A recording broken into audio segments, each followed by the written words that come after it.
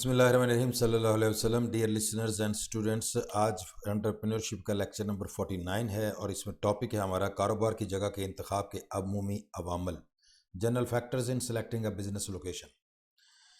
جیسا کہ ہم نے پچھلے لیکچر میں ڈسکس کیا تھا کہ کاروبار کی جگہ منتخب کرتے وقت معاشیات، آبادی اور مقابلہ اہم اور قابل غور عوامل ہیں۔ ان عوامل سے کاروبار کے لیے مناسب شہر یا قصبے کے چناؤ میں بھی مدد ملے گی۔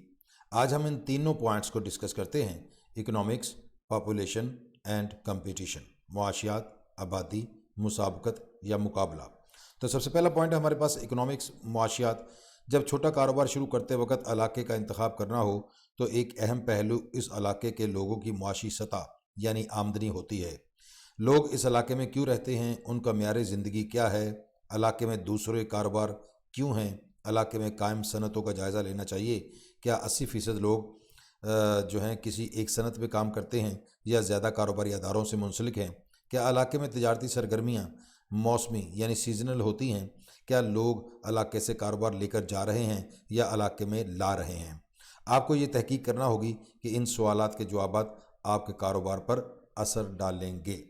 علاقے میں اشیاء اور خدمات کی مانگ کا انحصار اس پر ہوتا ہے کہ علاقے کے لوگ کتنا کماتے ہیں۔ چنانچہ کاروباری افراد کو اپنے منتخب کردہ علاقوں میں آمدنی کے بارے میں معلومات اکٹھا کرنا چاہیے۔ کچھ سوالات یہ ہو سکتے ہیں: ایک کنبے یعنی فیملی کی اوسط آمدنی کیا ہے؟ آمدنی کی سطح کیا ہے؟ کم ہے، درمیانی درجہ کی ہے یا بہت زیادہ ہے؟ روزگار یا بے روزگاری کے رجحانات کیا ہیں؟ دیگر اہم عوامل میں اچھی شاہراہیں یعنی اچھی سڑکیں اور ٹرین تک رسائی یا ٹریفک یا بسوں تک رسائی شامل ہو سکتے ہیں۔ دوسرا پوائنٹ ہے ہمارے پاس پاپولیشن کا، آبادی کا۔ کاروباری افراد کو یہ جائزہ لینا چاہیے کہ لوگوں کے کون سے گروپ ان کے گاہک ہوں گے۔ مثال کے طور پر اگر آپ ایک میوزک سٹور یا آپ کمپیوٹر شاپ کھولنا چاہتے ہیں تو یہ جاننا ضروری ہے کہ نوجوانوں کی سب سے زیادہ آبادی کہاں ہے، کیونکہ یہی لوگ زیادہ تر کمپیوٹر یا میوزک سیڈیز وغیرہ خریدنے آتے ہیں۔ آبادی سے متعلق دیگر عوامل میں کچھ اور عوامل بھی شامل ہو سکتے ہیں، مثلا علاقہ کتنا مستحکم ہے، کیا لوگ مسلسل علاقے میں آ رہے ہیں، آبادی بڑھ رہی ہے یا کم ہو رہی ہے، اگر علاقہ تیزی سے بڑھ رہا ہے تو کیا امکان ہے کہ نوجوان فیملیز کی تعداد بڑی ہوگی، زیادہ ہوگی، کیا کافی تعداد میں ممکنہ ملازمین دستیاب ہیں جو کاروبار کو چلانے کے لیے درکار مہارتیں رکھتے ہوں۔ کاروبار کی جگہ کا انتخاب کرتے وقت ان تمام پہلوؤں پر غور کرنا چاہیے۔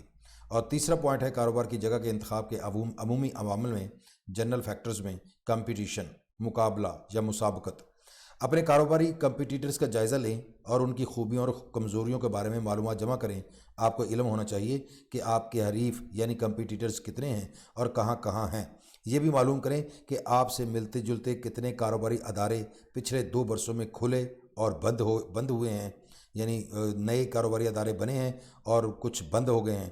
بالواسطہ حریفوں یعنی انڈائریکٹ کمپیٹیٹرز کا بھی جائزہ لینا چاہیے جو ملتی جلتی اشیاء اور خدمات کی فراہم کرتے ہوں۔